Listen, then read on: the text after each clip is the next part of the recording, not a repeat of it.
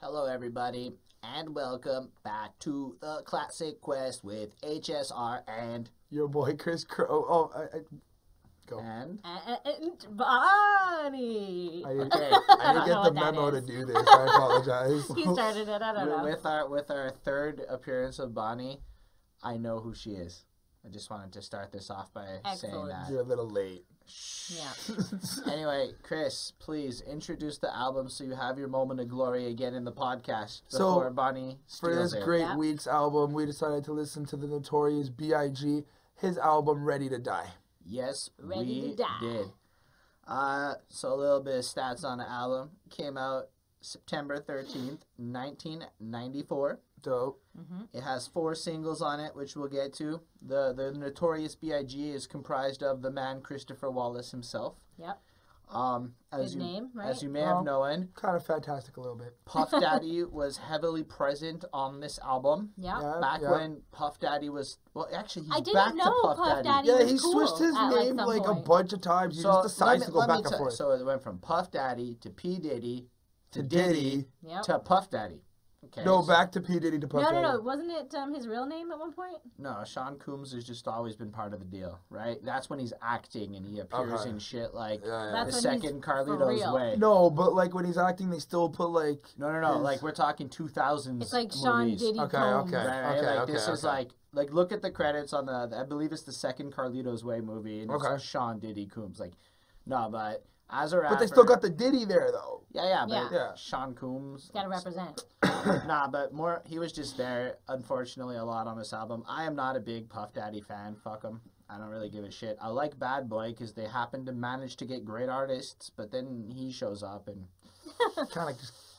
Anyway, down. so Bad Boy is the record label, as y'all know, and they have lots of drama and lots of crazy shit. And if you want to hear about that, we're going to talk about it when we review the other Biggie album, because it seems a lot more relevant to it than Ready to Die, back when Biggie and Pac were cool with each other and everybody was happy, you know?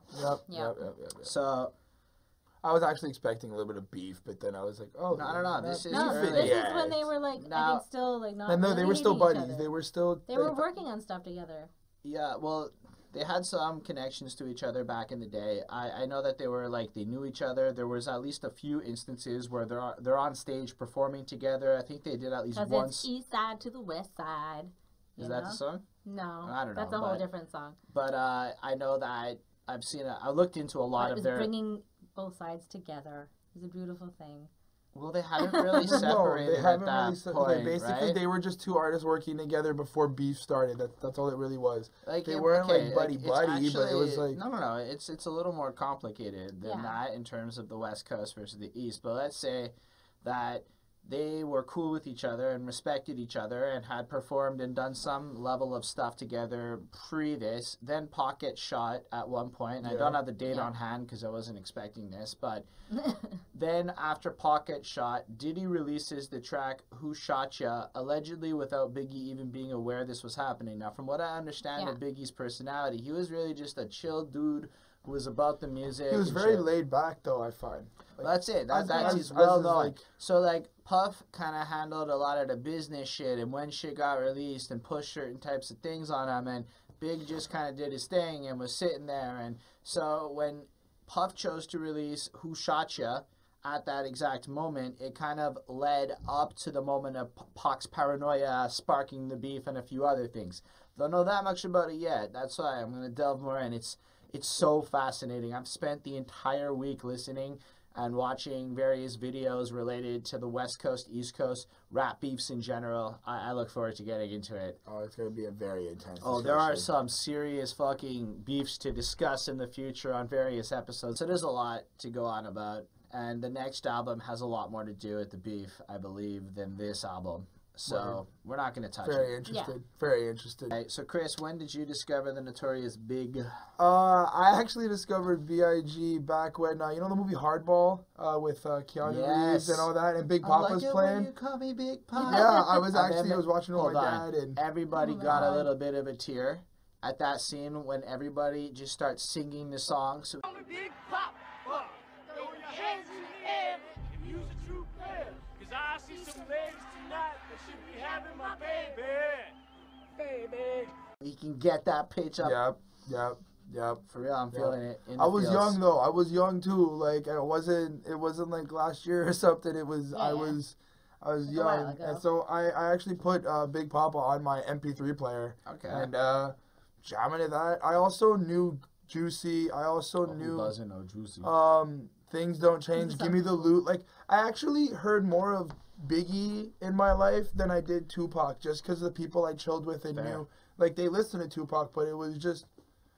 More vibe, I guess. More of like a smooth. No, I understand that, and there's a big camp difference, and I guess we'll go into that later on. Bonnie, when did you find out about Biggie? Last week.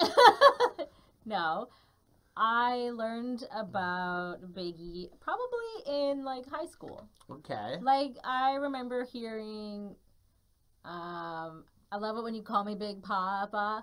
I remember hearing that in high school. I'm definitely sure that one girl probably in particular introduced me to it. Friends from a friend. Yeah. Most of the time it's like that. Okay, so... But that's the only song I ever knew. That's not true. Maybe, I think. And here's some fucking proof. Never thought that hip-hop would take it this far. Now I'm in the limelight cause I rhyme tight. Tried to get paid, blow up like the world trade. What? Boom, sing that. Anyway, so as you can see, we have video evidence of Bonnie rapping along to Juicy. At the beginning. I don't even know this song. That's fine, but at this moment, you lied to everybody because you knew that song. Okay, I've heard that song that one time before. Okay, so... You didn't hear it, you also recited it. I recited it. And I rapped it. some flow. I did cherry pick the parts to make sure she looked good. I always look good. We'll see about that. Oh. Biggie, fuck. Come on, I knew about Biggie forever. Who doesn't know about Biggie? Like, since high school, I've known about Biggie. Fair. I didn't listen to a lot of Biggie, and this is the first time I've ever gone through Ready to Die the whole way through, but fuck, man, party and bullshit, fucking, everybody knows Juicy, Hypnotized, More Money, More Problems. I could probably list every hit he's done and know parts of it. I've just never been the biggest Biggie fan. Fair enough. You got the Biggieest fan? And let's be real. Funny. Throughout this whole album review process, I've managed to be forced to listen to a lot of different things, and I had a rude awakening, we can say, into how surprised I was when I really dealt. And I listened to this album at work over the week, and I even texted her. I was like, I don't know if I'm feeling this shit. Yeah, it's true. Then I reviewed the album, like paid attention and gave it my and I was like, fuck me, this is not at all what I expected. On the exception of fuck me. Okay. So what did you guys think of the title? Well, I loved it when I really thought about it. I understand what it means to be in that place where you are ready to die and you are willing to do pretty much anything to achieve the means that you're at. Now, I'm not saying I am currently there, but a younger me understands... Relax yourself. You're a magical ship. Relax yourself. A younger me was in a lot darker place, and I understand it. And it was really, once you get into the album, it brings it to life in a whole new way you weren't even expecting, especially with the cover. But we'll get to that. Chris, what did you think? Just given the title of the album, I was like, okay, this is going to be some dark shit. Going through the album, it helped me understand the album title a little more. Exactly. Of what the album really meant, yeah, right? So we felt the same way, Bonnie. Yes. Yeah, more important. Same, because, I mean, you know that... useless. I mean, that's... No new opinions. Well, I'm not going to be able to give you something new. It's exactly the same. Relax, okay? But it did give me one thing, though. It did allow me to pre-assume that he's accepted the lifestyle. Okay. Like, he's accepted where he comes from, where that he was gets... added value, Miss Bonnie. Don't yell at her. Do you know what a yell is? This is not yelling. This is patronizing.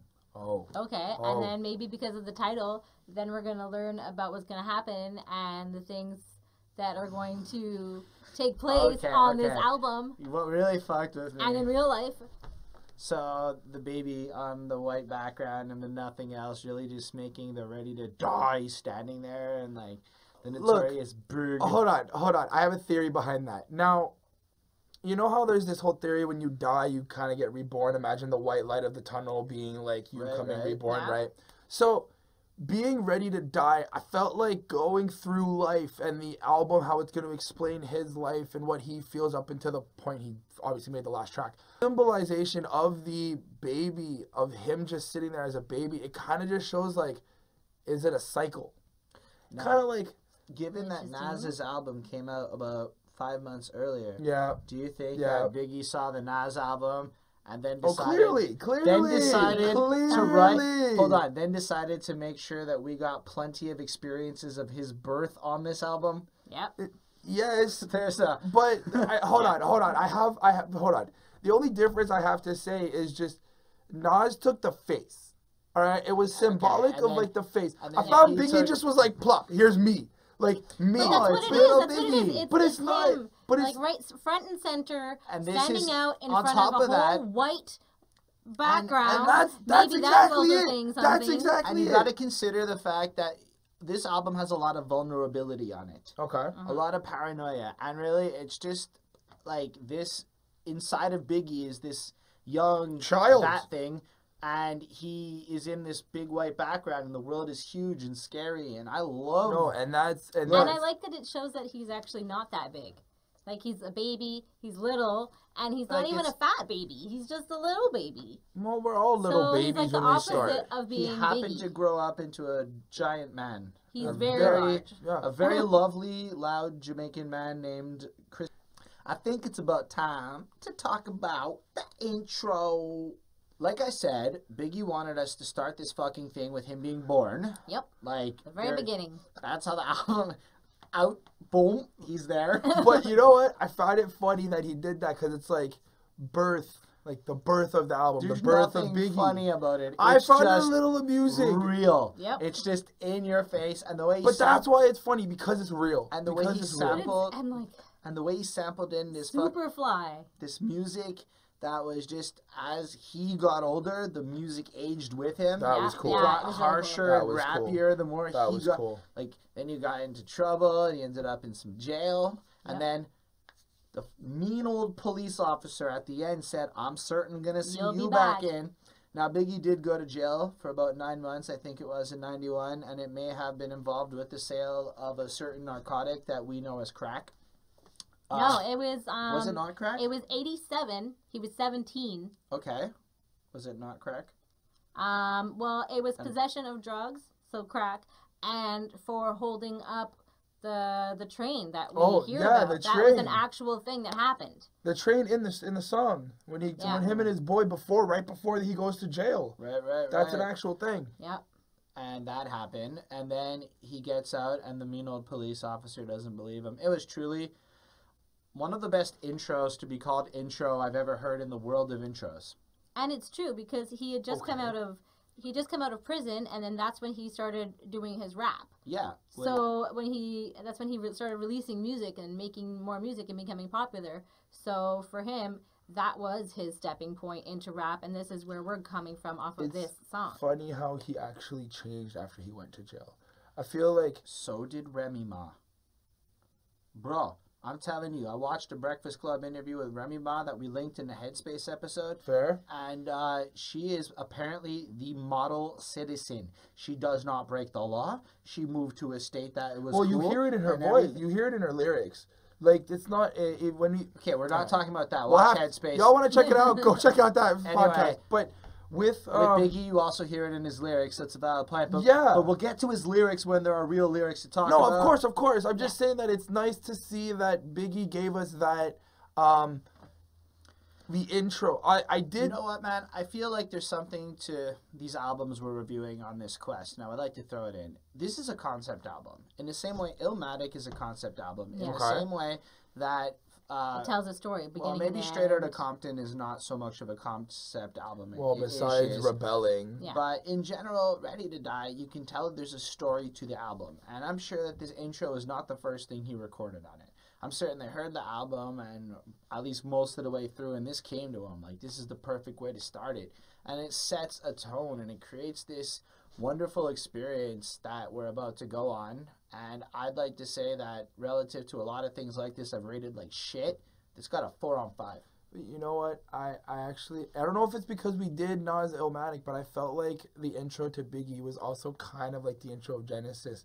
A little bit.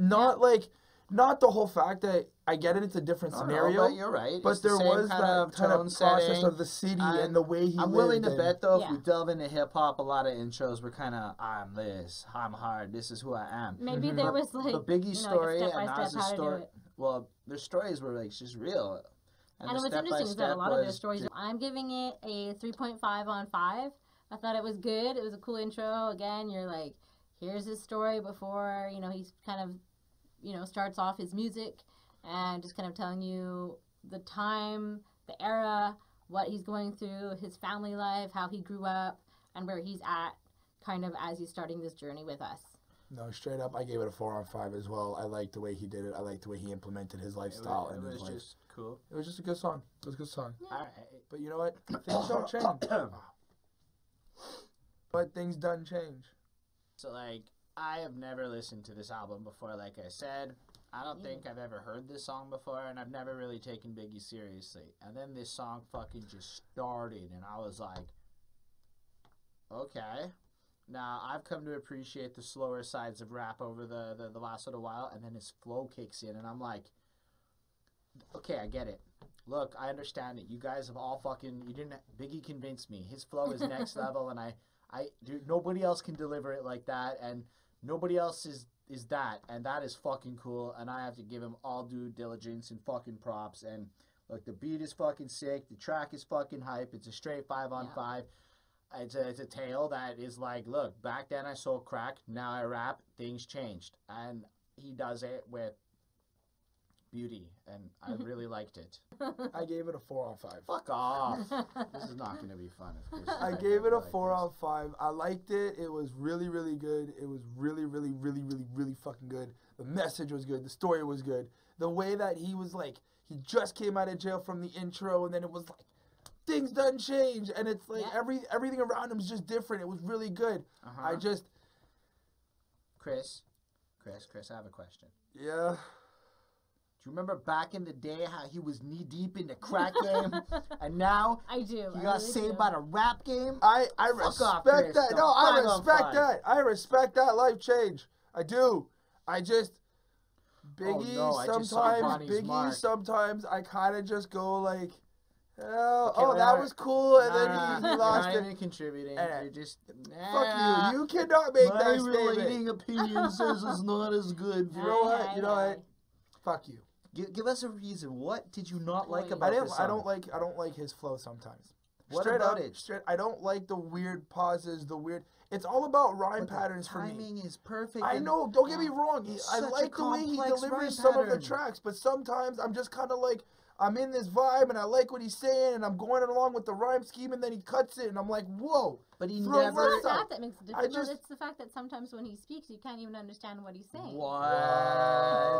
You are so exactly. wrong. Here we go. No, not in this song. Not in this song. But exactly like you were doing before. I don't know what you're talking about. You were like, that is not what Biggie does. That was me, not Biggie. That's kind of what Holden. like. I don't sound like Biggie. Sometimes I have to admit though, sometimes you don't really understand what he says, but I think it's a little easier for me and you. Hold on, shut up. Shut up. I think you and me understand because we're artists and we fill in words. Because I would understand, like, even my girl looked at me and she's like, I don't get what he's saying sometimes. I'm like, what do you mean you don't get it? And then we'd read the verses. She's like, I don't hear, like, this line or, like, this word. And then I understand where they come from, maybe. No, I get what he's saying. All of y'all. Listen, Biggie is one of the clearest fucking rappers. I was shocked at how I didn't really need the lyric sheet. I could just listen to it. Well, in this song, yeah. No, in pretty much the whole album. But just sometimes when he's singing, it's just very difficult. Look, to, I have heard a lot of pop songs where I can barely fucking understand the fuckers. So, like, Biggie did well with this intricate, and it's the timing, man. None of this shit is off time when he cuts it. It's he invents flows upon flows upon flows. Find ways to prove it on the next tracks. Barney, what did you give it? I gave it a 4 on 5. I thought it was a great song. You know, we get to, he's talking about how things have changed.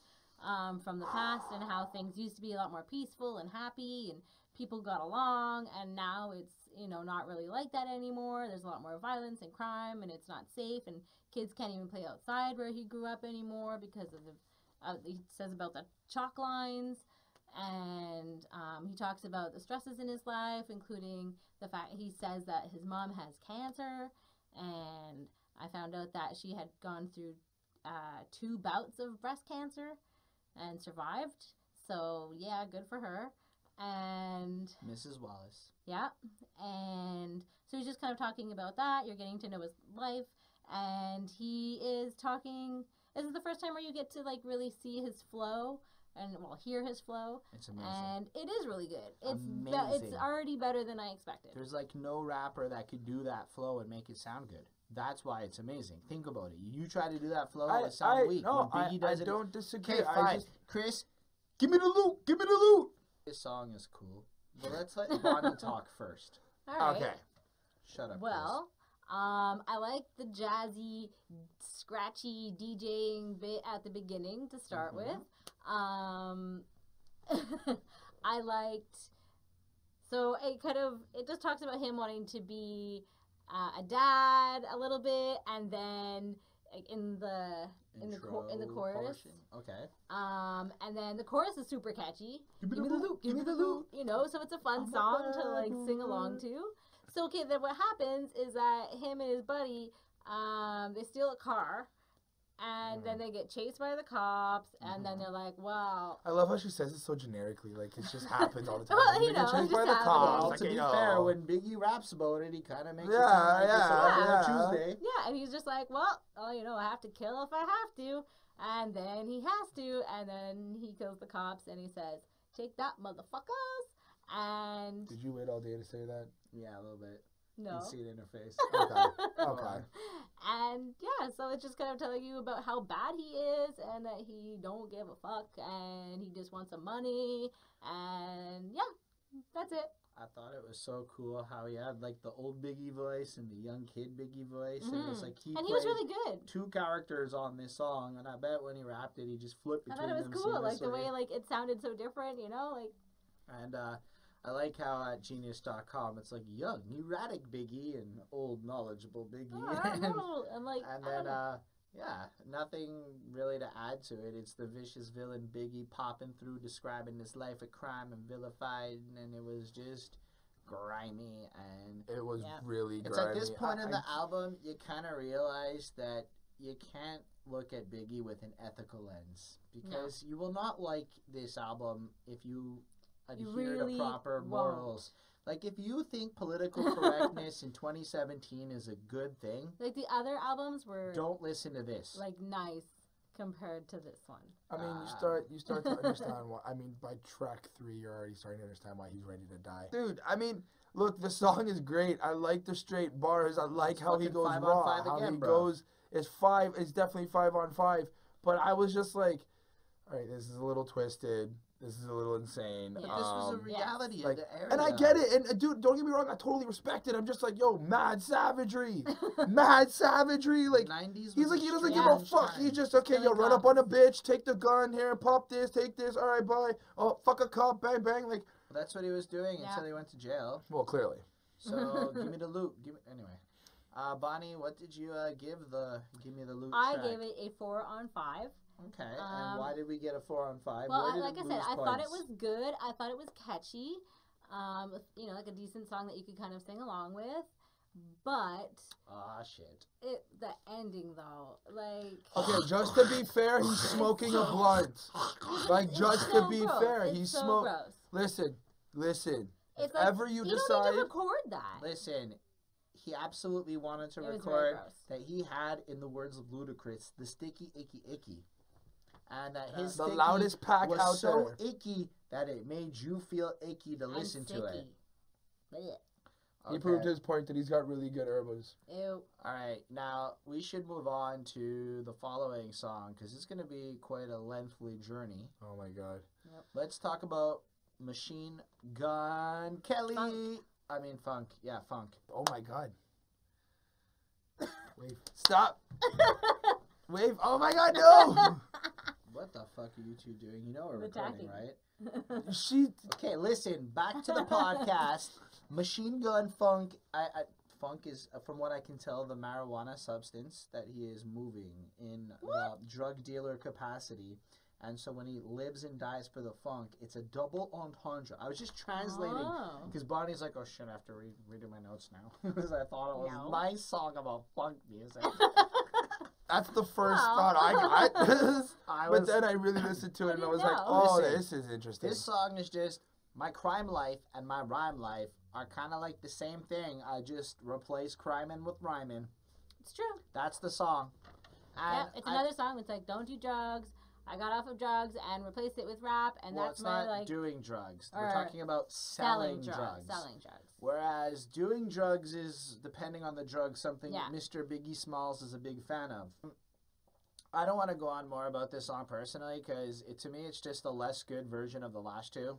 They were pretty much all so far kind of similar, and I give this a 4 on 5 because again it's an amazing flow, but there's nothing really amazing about this one to me. 4 on 5. Repeat whatever he said. Just make me say it. I can't do it right now.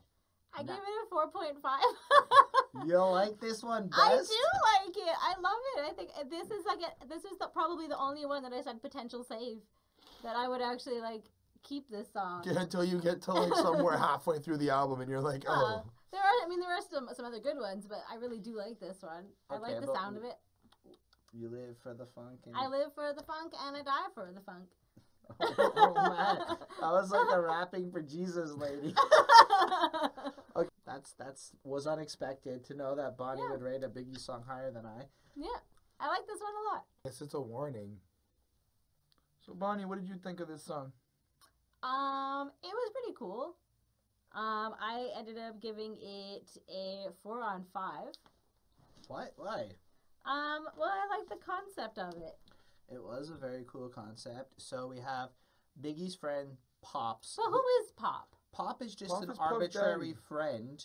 Is it just Puff Daddy, or is it just like an actual person? Pop from the barbershop is the character in the music video. That's all it is. Played by Puff Daddy. And it's a fictional person representing a hypothetical situation that may or may not have happened to Biggie numerous times over his life. Okay. And as he wakes up in bed with 2 women and gets the phone call from Puff. 2 women? There's like 6 women. It's lots of girls. It's okay. It's Iconically. They're just calling to be like, hey, they're coming to stick you for your someone's paper. Coming after you because you're rich now. Actually, I wanted to speak a little bit about the music video. It was okay. Look, so my grade was a 5 on 5 at first until I saw the music video. What? Yeah, and then I gave it video for the 90s. Hold on, listen, and then I gave it a 4.5 on 5, and then it went back to 5, so it's a 5. Okay. But the music video made me jump around. So first off, I really liked the song. I really liked. Okay, so don't fuck with Biggie. That was prevalent. Biggie will inevitably ambush you. Yeah. Because he's got people everywhere. Stay strapped, Biggie. Yeah. But he'll come kill you. Really crazy bars, really good flow. I think this is one of the songs that I kind of started teetering towards. Okay, I guess where Holden sees where this is how it goes and blah blah blah. Where I understand you were talking about him earlier. And then I watched the music video and I'm like, so why are you acting like a bitch? I'm gonna say it. The entire music video, I watched the entire thing and he's just sitting in his thing, bitching on the phone. I even wrote, so it's a cell phone video. Everyone's on their cell phones. Everyone's talking to each other. It's 95. I get it. No. This is the 3rd single, man. This was like, they're basically flossing like Hold on, Rolexes but and I'm not shit. trying to trash it. I don't want you guys to think I'm trashing it. I don't want the viewers to think I'm trashing it. I'm not. I just thought it was very funny. I was like, here's Big Biggie, and he's like, I'm going to fuck you up. I'm going to kill you. I took like the whole opposite. I was like, wow, Biggie knows people are coming to his house, and he has the time to eat breakfast. Yeah, he just chills. He gets ready. He eats breakfast, bro. I mean, I can see that. And then, of course, at the end, when he starts bucking everyone down in his house. That didn't happen in the video. No. Yeah, it did. No. Yeah, it does. Oh, there's an unedited video. I saw it. That's what I was saying. The entire video is just him in his house eating cereal. The women are there. I wrote it. So hold on a second. You're surprised that the song that's a phone call involved two men on their phones the whole video. No, I'm not surprised. It was just for a moment I was like, the entire song when you first listen to it, you're like, Biggie will fuck you up. Biggie's gonna come kill you. Don't fuck with him. Don't run up in his house. Don't fuck with his squad. I understood that. But then I watched the video and I'm like, Biggie's talking all hard and he's just sitting in his fucking chair. And I'm because like, he's why? He's the king. He's the king. I know. And then after that, when he, at the end of it, he's got, at the end of the song, he goes, hold on, I think I hear somebody coming or someone's at the door or Chris, whatever. I have a question. Have you ever heard the expression, you don't judge a book by its cover? No, I don't. Hey, listen, I listened to 5 tracks already. I have enough to judge enough on this track, no, okay? we're talking Well, about in the music song, video and the song and your judgment. Basically, it changed your grade, taking effort to rethink it through, only to change it back because you were prejudiced at the song. Yeah, I'll admit, I just felt like... Chris, your bigotry is not welcome on this podcast. Shut up. That's not fair. Fuck you. Today. Listen. Hey. Listen, you hurt my feelings. I'm sensitive. I'm sorry. Wait. So Robot Holden doesn't get like this. Does this mean that you're going to be emotional on Headspace too? I could be emotional if you want. We learn new things every day, people. I didn't like his flow. On the song? Yeah, I gave it a 3 out of 5. This shit was boring. Oh, shit. The concept is amazing. It is a cool concept. The song is kind of... The music video is almost a redemption point to me because of how G he looks. Like, I listened to the song before I watched the video, so I knew he ambushed them at the end, and now it's just like, look at him like a fucking thug sitting there. Everybody you saw the video... you hear at the end of the song... Just like the little red dots on their their foreheads, and then he kills them both. That's what made me change it. I was like, okay, it validates but that was, like, for me, he's just sitting there waiting. I knew this before I saw the music video. Because, fair enough. Like everyone else in the people who listen to Ready to Die, you're busy, distracted by your beauty. Yeah, I know, but look up. But Bonnie, are you ready to die? No. So I thought the song was okay. And to be honest, at the very beginning, I thought it was Ice Cube. What? Yeah. Whoa. All right. Yeah. Okay, explain. What? It sounded like Ice Cube. Okay. All right. I don't agree, but... No, other people have referenced that they kind of sound the same. Okay, keep going. But I noted that before I read that. Sure. Anyways, so it's just about him talking about all the cool stuff he's got and that he can get girls and guns and... blah, blah, blah, and yeah, it was all right. It was a 3 on 5, and just talking about that he's ready to die. That's what you got? Yeah.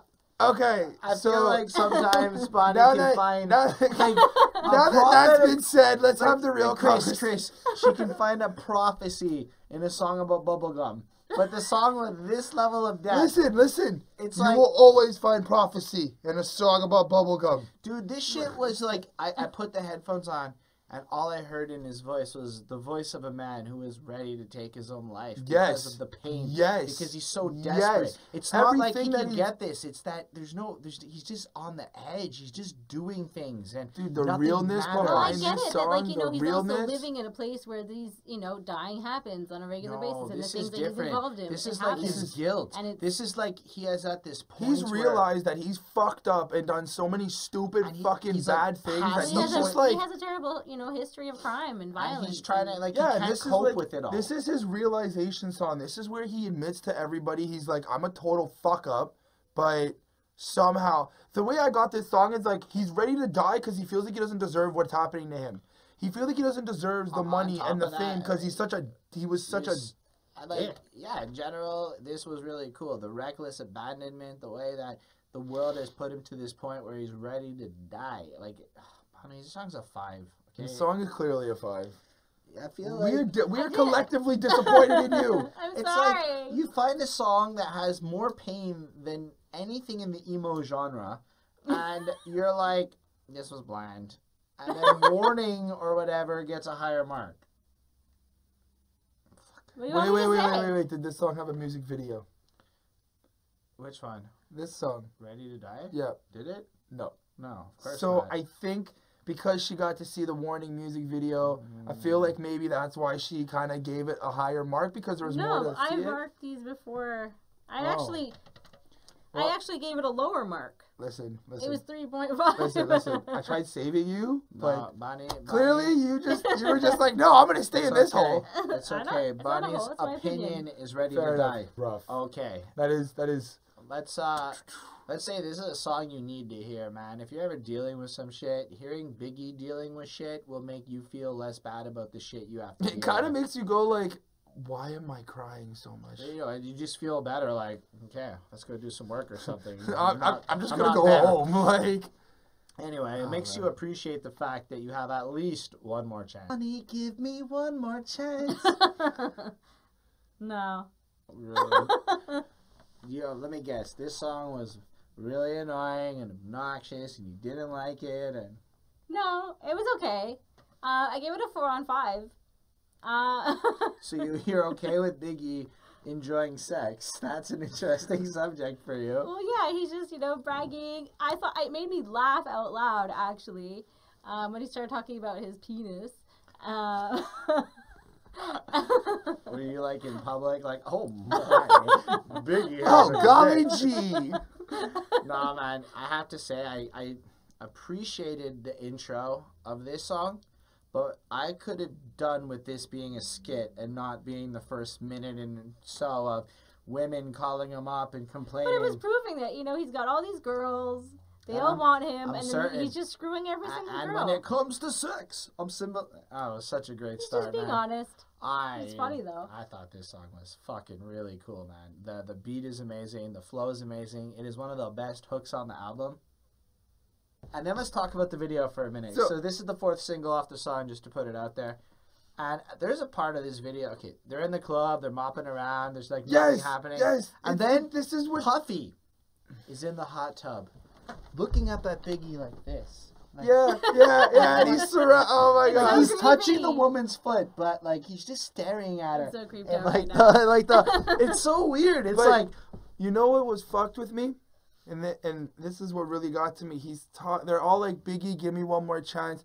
And he's talking about having all these women and doing what the fuck he wants. And, But the sad part is his kid. hold on. In the music video, there is one point where a guy wearing a full green jumpsuit and whatever, he's chilling at the bar, talking to some honey, and this girl walks right by and just slides his wallet right out of his pocket and she walks off. And then I was like, whoa. Hold on. Yeah, but the lyrics that coincided with that were Exactly. talking about women who were doing these types of Unfortunately, actions. I didn't catch that the first time, but seeing the video, I was like, whoa, okay.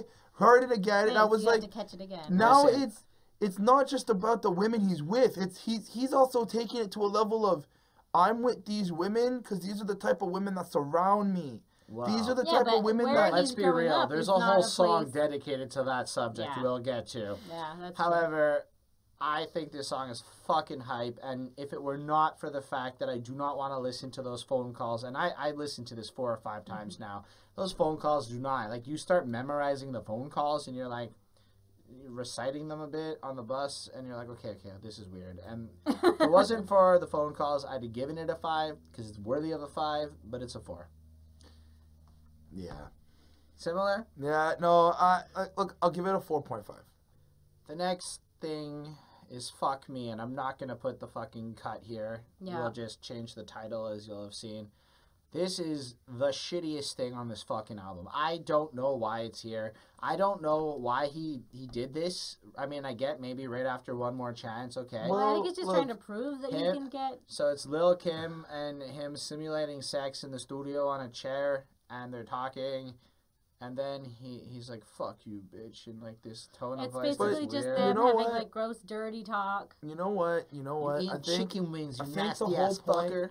No, but I think the whole point is that because I noticed that there was a change after that song with the album. That the album kind of... It gets sexier. Not sexier, Like but more like he seems to be a little bit more depressed and not as angry. He's still got that like, I'm from the streets type thing, but now it's more about his personal side. I feel like... I don't know that I fully agree with you. I think that Respect is a song where that's not necessarily true. Well, he has in to the bring it album. back at one point, But, but I do like, feel some type of vibe change after okay. this. Sorry, just to contradict you, but the song after this is contradicting you. It's very gangsta and hard. And Fuck Me is just the worst shit on this album. Yeah. I heard it, and like the first time you hear it, it's like, oh, that is weird. Yep. Why am I listening? And then the to this? second You know, time, you're like, wait a second, you're telling me one of the most classic albums of all time has a full minute and 30 seconds of Biggie fucking on it. And then the third time you hear it, you're like, no, that's right. That's just Biggie. And then you're picturing him, and you're like, yeah. okay. It's just gross. So, Fuck Me got a 1. Go to 2. I mean, I don't know what to say. I don't know what, I didn't know what to say about this song. I was just like, Chris? okay. 1. Yeah, it was just a piece of shit waste of time. Moving on to The What. Flat out, I've been in a frustrated place lately, and it's not been very simple to live life in this current frame of mind. And I apologize. And when I hear these lyrics, fuck the world, don't ask me for shit, I was like, that's it, man. And first of all, Method Man is the shit. I fucking love this dude. His verse is power and hungry, and he just comes at it more vicious than Biggie, in my opinion. Now, Biggie has this nice flow and shit, and Biggie, from what I understand, did this after Method Man's verse was already recorded and shit. And so Biggie could have, you know, whatever, but put it out. On an interview with Method Man going on about how he heard through the grapevine that Biggie was even telling people that, what I thought, that, you know, Method Man had killed Biggie on this song. And Method Man was like, nah, man, I thought we was equal, but if, like, Biggie saying it, I'll fucking accept it. And it was really cool, man. I was not expecting that the only other featured rapper on this entire album would be my man, Method Man. And it was a very pleasant surprise. So right after the song, Fuck Me, and right after Chris was like, the tone changes, it goes right back into a proper tone. And it was amazing to me. This shit is a straight 5. Like, it is a great back and forth song between these two. Well, I gave it a 5 on 5 as well. It was a really great song. I do enjoy listening to Method Man. I'm really excited to do Wu-Tang. That's going to be a great album for a Classic Quest episode. But, again, I have to admit, Method Man did kill Biggie on this track. But you know what? Biggie is a humble person. I was watching some interviews today, and he was like, he's humble, so he was able to. Was just Venom like Biggie had been on the rest of the album. It's like Biggie just wasn't as Venom. Oh, there goes my vibe changing, Biggie. With Matt there, he did something different, is what I felt. Okay. And it came off like this. But in the context of the album, the way hip hop has evolved, this is how we perceive it now. Now, I like what Biggie did. It was a different flow, and I appreciate it wasn't the same. But Method Man was unexpectedly fucking way amazing. All right, Bonnie, crush our spirits. I know that look. No, I don't even want to say it. Just say it. Like, I feel like I actually do want to change this one, but I'm going to go with my initial. This is the first time I ever heard it. Have some, hip-hop is said, stand your ground and be real, baby. All right, I got to stand by my word. Okay, so baby. my initial first reaction to this song was a 2 on 5. I thought it was boring. A 2 on 5? I thought it was boring, that there wasn't much to it. And I actually wrote down in bold, Biggie is better. So there goes your everybody's Method Man. You know what, Bonnie? But I learned about Wu-Tang Clan a little bit, and that they didn't all like Biggie. They what? They didn't like, not all of them liked Biggie. But as we know about the Wu-Tang Clan, Bonnie, they are not something that you should be fucking with. No. Bad move. Well, clearly you gave Method Man a 2 on 5. And so you are fucking with Woo. No, just one of them. You fuck with one, you fuck with all. That is how it could. A real woo. Like he's like into. Okay. Well, we can chat. Let's just not let things get a little too juicy Method here. Man. Ooh. She called it. I would have tea with you. Juicy. Oh, good baby.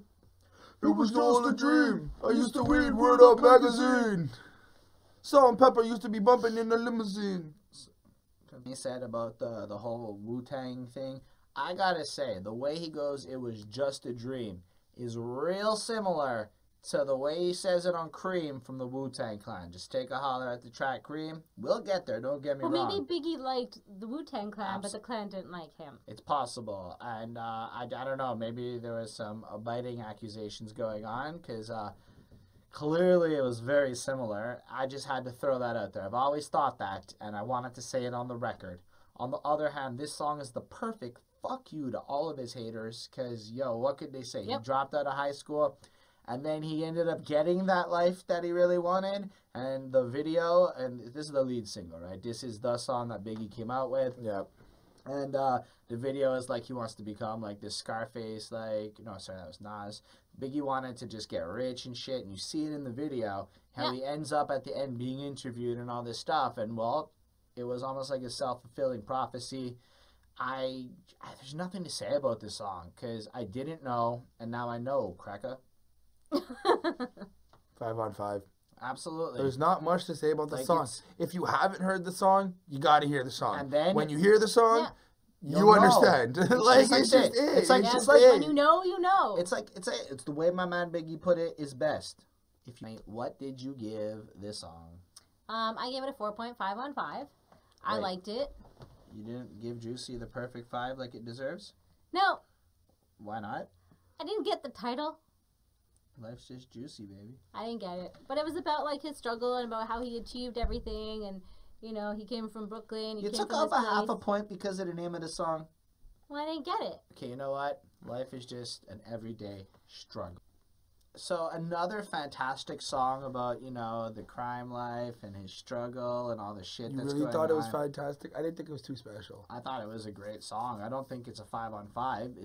I gave it a 4. Oh, it's clearly a 4 on 5. But my point was more that after Fuck Me, we found yet another track. So 50% of the songs following it so far have yet consisted on the theme. In fact, he doesn't want to live no more because of the same shit that he didn't want to live no more for before Fuck Me. I'm just confused by that comment you made. Remind us on every song. That's okay. I don't know. But no, it was a 4 on 5. It was a lesser version of some of the other songs on the album. Still great, still worth putting on. The hook is my favorite part.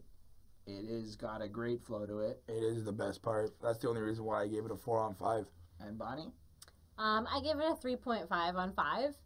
I liked it. I did think it sounded good. It was just talking about, you know, it was honest and talking about his struggle with suicide and, like, death and, you know, everything else that's going on and, like, how it's difficult for him and his friends. And he talks about Giuliani, the mayor of New York at that time, who was not very fair and forgiving of a lot of people. And he was kind of racist and allowed police to do a lot of bad things. I read up on that, yeah. So... And Mr. Trump was good buddies with him in 2017. Yep. Well, let's not get into that. You're right, but still, it's that Giuliani is who we're talking about for the context setting. Yeah. 9/11 guy. So, more importantly, you know what's amazing is doing a podcast, just me and my bitch. Waiting for Chris to stop texting in the middle of recording. Relax. Me and My Bitch is a very interesting song about Biggie's ideal woman, and in 2017 listening to it, it's like, whoa there. But I'm certain in 1993 or 4 when he recorded and wrote this shit, it was a little less whoa there and more I want a bad bitch before she was called a bad bitch. I mean, there's a lot of that shit kind of happening nowadays, I find that there's this facade of being a bad bitch, and a lot of these kids are just like, yeah, I'm a bad bitch, I'm willing to do this shit. And then he's defining what a bad bitch is. Yeah, he's defining the actual thing, who's willing to actually do half the shit he's talking about. But if she gets out of line, he'll beat ya. And I don't know what he means. It kind of implies it could be the pussy, but it's probably not. I don't really think that that's what he means. But you didn't appreciate that lyric? Yeah. So, I don't know. It was a cool song. But then there's the other girl that's talking to Puff Daddy, and, you know, she references that she'll cut his dick off. Yes, that's true. So, I have to say, I appreciated the fact that Biggie's aware of his weakness for the strange, as we may call it. And strange? He appreciates... Does that mean girls? That means girls. That's weird. Strange women that are not the vagina you're allowed to venture into. Oh. And, what I can say is I thought it was very self-aware to let the lady know that she's gonna have to do shit like hide his keys because otherwise he's gonna prowl the town and investigate. Well, I mean, look, women. if you've got this well-known awareness that you got a problem, I mean, I'm just saying it was whatever. It was a cool song, a 4 on 5. I don't know that I really bump it again Really that all it is. often, but it was worth listening to. 4 on 5. The strangest love song I've ever heard. Yeah. Right. I also gave it a 4 on 5. It was sad when, like, well, spoiler alert, she's gonna die at the end. Well, she dies from the 5-0s. Shot in the heart for him. Maybe it wasn't the 5-0s. The 5-0s were there. I don't remember who killed her. I don't know if it specified how she died. But he did They're in Brooklyn. He did answer the 911 pager to confirm if it was major or minor. Mm-hmm. Anyway, let's move on to Big Poppa. Second single off of the album, and it comes out on Christmas Eve. That's dope. I actually really enjoyed this song. This is one of the first songs that I ever got introduced to Biggie with. Yeah. And I had to give it a straight 5 on 5. It gave me the same feeling as when I was a kid when I first heard it. Let's say I had a slightly different experience. So I heard the hardball, and I was like, whatever, I'm not into this beat, it's kind of slow, and I ignored it. Then Mindless Self-Indulgence, I got into them for a while.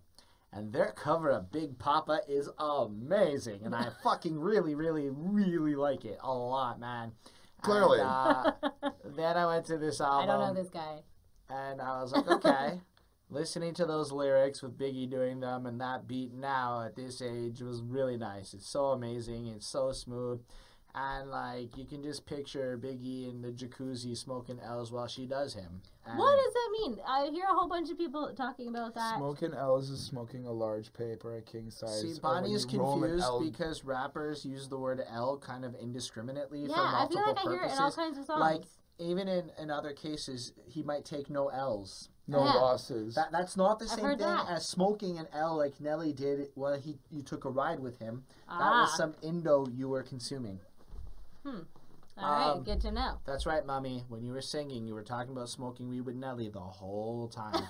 Big Poppa is fantastic. The video is kind of lame. It's just I gave it a 5 on 5. That's it. I mean, but you in know the what? whole video, the I like one the scene, whole. I like the whole vibe, relaxed jazz feel to it. I like the whole brown in the club. suit. It's just everybody's in the club, but not everybody's like now. Like nowadays, when you watch these type of videos and you're like, "I'm Big Poppa, I'm the shit." It's like everybody's jamming. Yeah. This, it's like everybody's just got their hands in the air. Yeah, but They're listen just to the just beat. don't care. no, It's but not- that's exactly it. That's exactly it. It's like the way he portrayed, the way he did the song, and he was like, "I like it when they call me Big Poppa, like I'm Put your king hands shit." in the But air it's such if in you a were very truly melodic. love. Yeah, but he's not like in your face. Get down. I'm gonna do this. He's like, yo, I like it when they call me Big Man. Like this is who it is, you know. Like this is Well. me. But he's very relaxed with 5 it. on 5. 5 on 5. It's a classic. It is truly a remarkable song. That was weird. It's just me offering you what I my was going for. respect, Bunny. That was weird. This song is amazeballs. Even with the intro. Yeah? No. What? The intro is the one thing that got me off. Which intro? The intro to this song. What intro? Isn't that the one with the fucking blowjob? That's the end of the song.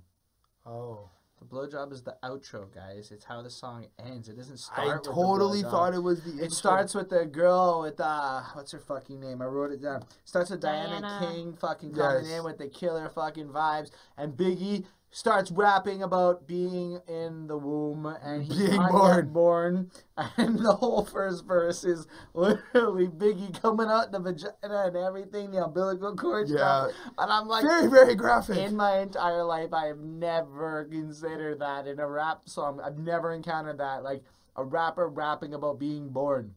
Well, I mean, Eminem does, Eminem doesn't relate fucking to like count. placentas and shit. Eminem will just say it for shock value. Biggie wanted to let you know how he felt as a fetus. It was Like so he happy. really knew Fetus how is a he baby. felt. Well, he wasn't a baby until after the end of the verse, Well, yeah. and then So- he became a baby on the song. The fucking chorus is hype as Yes. fuck. It Diana is such a King good does energy. such a fucking great Like, you job. just- It's ridiculous. It's You cool kinda- reggae sounding. You kind of feel like an OG listening to it, even if you're not. Even Did if you you're feel Bonnie. like an OG, Bonnie? See, that's my point. She said yes because she listened to the song. You can see it in her face. What? I didn't say anything. So what did you think of this song? I mean, it was okay. I didn't really get that much out of it, though, and I gave it a 3.5. What the fuck? Let me ask you a question. How much did the blowjob take points off the song? Well, why? Wait, And just so everybody It's knows, a there's a real blowjob at the blowjob. end of the song because I felt like even with the way he asked her, I was like, wait. Oh, Dude, no, this no, man, no, this it wasn't sounds like really that. physical right now. No. At the end of this song, as everybody listening to this review probably knows, Biggie literally and actually gets his dick sucked at the end of the song. Like, there is dick sucking happening. That's song the was only point that got taken off for me. Everything else was cool. What? Fuck it, man. Dude, no, It fuck that inspired shit. I don't me. need to hear some At next man one get his dick point- sucked. At one point, Right. I'm certain I asked her if she'd be down to record that. I know because I was And I said inspired no. by the story of Biggie doing it. no. Like, it is truly, like, I would love that to happen in my life. Wink. No. That's fine. I will It's a never 5 on listen to 5. that song. It's a 5 on 5. It is truly great. 4 on 5. And fuck it, this is a song worth 3.5. keeping on the playlist because the rest of it is Wait, fucking wait. amazing. You didn't like Fuck Me, but you like this. Yeah. Yeah, it was kind of hot. Just like picture it going on, and it was a legitimate blowjob. It wasn't some fake ass shit. That was as real as can be. I can respect that, man. That's like your own porno on record. All right, you know what? He's no friend of mine. This guy can be a big baby. Yep. Yep. That's the song. Well, he's just jealous and he wants revenge. This whole song. But He's it's the way he vindictive. does it, He's man. It's like, vindictive. oh, that girl cheated on me, so I'm gonna be a big old meanie to all women. And That's a little hypocritical. You've Yeah. been sleeping around Yeah. with them next No, bitch. Exactly. he's trying to say that the reason he is like this is because like 3 girls cheated on him back when he was fat with his lazy eye and shit. Fuck off, Biggie, man. Listen, tons of you dudes out there do this shit all the time. Some girl hurts you and you treat women bad because of it. Fuck all of y'all. Well, he's just kind of like, don't mess with me, because this is the kind of stuff Yeah, I'm no. gonna do. That's the attitude that I'm not He's appreciating like, I'll in this sleep with moment. your sister. Right, that's fucking stupid, dudes. Look, I understand that Biggie comes from another time, but you folks watching this, if you think that Biggie was onto something, rethink some shit, bruv. It don't work. Look, man, it's just respect. Look, if you go up to women and like, look, I'm sleeping with other people with all respect, chances are you can find 8 of them still. Just don't be a dick about it. Okay, I gave it a 4 on 5. This was one of those moments where when I'm editing it after, I'm going to see the look on her face and know that if we weren't recording, I'm in trouble. Okay. 4 on 5. 4 on 5. I don't really have much to say about this song, to be honest. It's a good track. I like the funky flow. I like the way he came in. I like this. Somewhere around here, I was like, oh, okay, Biggie's got that. I can see why people started to like him and everything. Well, it's catchy. It is hold very on. catchy, It took very 15 funky. fucking songs to start to figure out why Biggie is one of the greatest of all times. Shall we say GOAT? I just like to say I listened to the entire Tupac album, and I still think Biggie might be better than Tupac personally. Now that is, I can't argue against that. Half the internet agrees with you. I'm a firm believer that Pac is the superior rapper. It's just that Pac had a lot of shitty friends, so Biggie's album is a lot nicer. Not about that. I don't even want to talk about the friends. I really just think that, you know what, Pac articulates his message super amazingly, but there's something with Pac's voice that for me, I'm just like, No. okay. And then Let's Biggie, stop here before a fight happens, bro. But I'm down for this. I'm West down to Side. rumble. I don't know how to represent Oh, boy. shit. Listen, this shit's I ain't even gonna represent shit. This shit's unbelievable. There's a whole story on the beat of this song, and I got real into it. Did you know? Oh, let's hear it. Okay, so DJ Premier was like popping at this point, and Biggie hollered at him and was like, I need a beat. And he was like, no. And then Biggie just kept hollering, and he was like, no. And then he was like, listen, I'll give you 5,000. And he's like, dude, I cost way more than 5,000, but because I love you, I'll fucking do it for you. And I'm like, okay. And then Biggie shows up in the studio. He hears the beat. And apparently he just sat there for hours just like not moving, not talking, not doing anything. So like 2, 3 in the morning, Premier's like, yo, what the fuck, Biggie? And then he just got up, walked into the booth, and spit the fucking song. Yeah, he No apparently pen, doesn't need any pen no or paper. paper. He just sits there and he writes the whole thing in his head. And I'm like, that's fucking interesting. That's fucking cool. I don't know if it's really freestyling, but it's definitely interesting. Yeah. I mean, being able to write an entire verse, how long is the song again? It's like 4 minutes. Yeah. 4 2.5 minutes. To be able to write an entire 4-minute song in your head without pen and paper is just absolutely incredible. It's absolutely incredible. Well, he didn't use a lot. That's like most of this album. He wasn't using pen and paper back then. A lot of it was just written like this. Biggie would just do his thing, get ready, go in the booth and spit. That's part of why Biggie's considered one of the greatest. Is because when Pac did write shit, and Biggie inevitably used pen and paper later on, and there were other people involved in the songwriting credits of a lot of these songs. But yeah, that's true. at the same time, Puff Daddy was involved in the album, so people might have just been in the room and got a credit. Who knows? Probably. I thought this song was a 4 on 5. I thought the beat was a little wonky, and I like the wonky G-I-E, what does that spell? Biggie is a line that really fucking, or get it. It was the get it that really bugged me. Just because like that so line. many fucking people have done that since in rap, and it's just off. I don't know. It's just overkill. I gave it a 4 on 5 as well. I'm Bonnie? I gave it a 3 on 5. Yeah. Why? I thought it was a good song, but I didn't think it was the best song. You're just learning a little bit more about him, and that he's from the worst neighborhood in Brooklyn. I mean, let's just be fair. The And- entire album you're learning about him. Yeah, that's what I mean. You just keep learning more and more about him, and it was a good song, but not his best. No. No. No, but at least it's better than having these suicidal thoughts. Oh my god, why do you sound like that? Oh. This was an experience. Yeah. It is, well, it starts off and Biggie calls Puff. Of Boop, course. beep, beep, boop, beep, beep. Of Ring, course, ring. Puff's there. And then the whole song is Biggie just pouring his heart out, like, I'm going to kill myself. Puff's like, wait, what? With really obnoxious ad-libs, but, like, they are well-placed and they make sense. And had it been anybody but Puff Daddy, I might have really liked it. Like Busta or something. That would have been cool. And then Pop, he's dead, and that's it. Yeah. That's the end of the album. Biggie fucking kills himself, and this crazy suicide letter, which is amazing. It is a truly blessed song, for lack of a better word. Yeah. It's very sad. I mean, 5 it's a on very 5. sad way to end the album. 5 on 5. One of the best closers I've ever heard on an album. Yeah, I mean, it's very emotional. It's very moving. He talks about how death is calling him, like that's an actual quote. And the fact that he's constantly, like, he's scared of dying, he's scared of being killed, he's scared of suicide. Like, these are all things. He has this very strong presence of death. He's clearly ready to die earlier in the album, and now he dies on this album. It's the perfect way to end it. Yeah, you hear him, killing himself, and then Puff Daddy just, Chris has this, calling like, out. look of disdain on his face, because he obviously doesn't feel the same way. No, actually, it's very interesting to hear your guys' point on this song. It made me take a moment to sit back and think about what you said a couple podcasts ago. The last 2 albums, they were happy endings, a little smooth mellow, and I remember stating that, like, I like the fact that they were smooth mellow, and you were like, oh, I'm kind of starting to agree after a hard album, blah, blah, blah.